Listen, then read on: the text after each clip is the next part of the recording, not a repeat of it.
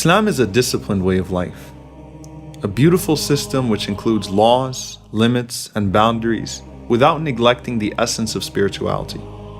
Through it, we organize our lives, paying close attention to certain times and places. Prayer is all about discipline. Like any important deadline in life, the time for prayer must be respected. And to intentionally pray outside of his time is likened to not praying at all. When the call for prayer is made, millions of people can naturally form rows in a matter of seconds in remarkable fashion. It takes precedence over all worldly matters. The appointed imam is then followed throughout the prayer as the Prophet, peace be upon him, said, and is not to be contradicted. Whatever he does, everyone else does. Allah looks only at the straight line, and through the rows of people, it is hoped that the hearts will be aligned as well.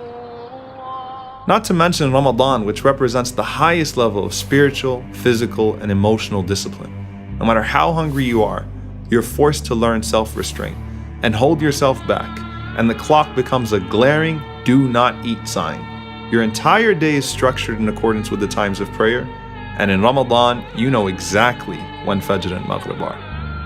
And what's even more remarkable is that many choose to observe this regimen of fasting even outside of Ramadan when it's not even compulsory.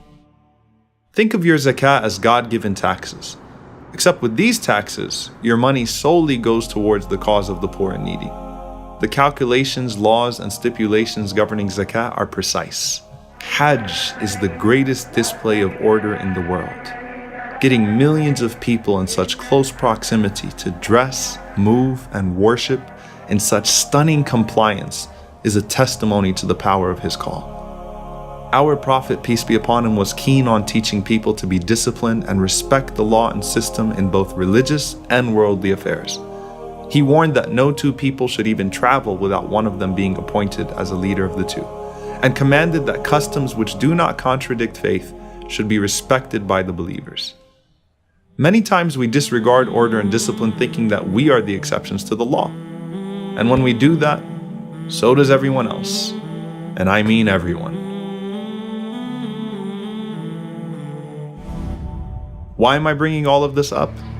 Last Ramadan, I was driving my car on a not so busy day. I stopped at every stop sign, even though I sometimes found it pointless to do so. But I'm sick of all of these signs and red lights. I don't see any police anyway. Just as I thought that, I hit a man crossing the road. I didn't even notice him until after I hit him. I panicked. My heart was racing. I jumped out of the car to see what happened to him. I immediately apologized to him and told him I'd get help right away.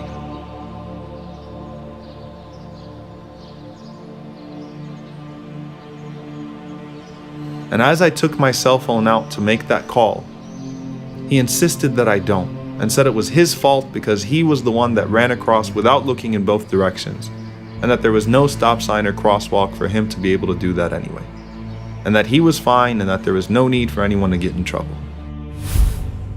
But I had to hold myself accountable. So I called 911 and I claimed full responsibility.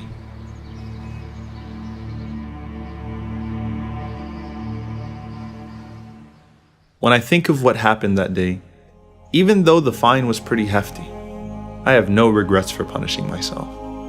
I only regret my recklessness.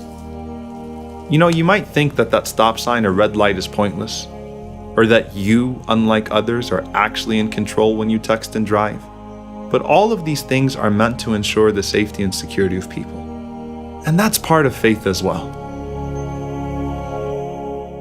Rasulullah, you taught us to be patient, respectful, and disciplined, to not act in a way that would be detrimental to ourselves or to those around us. No one in your presence felt threatened, and nothing that would be considered good was disregarded by your call.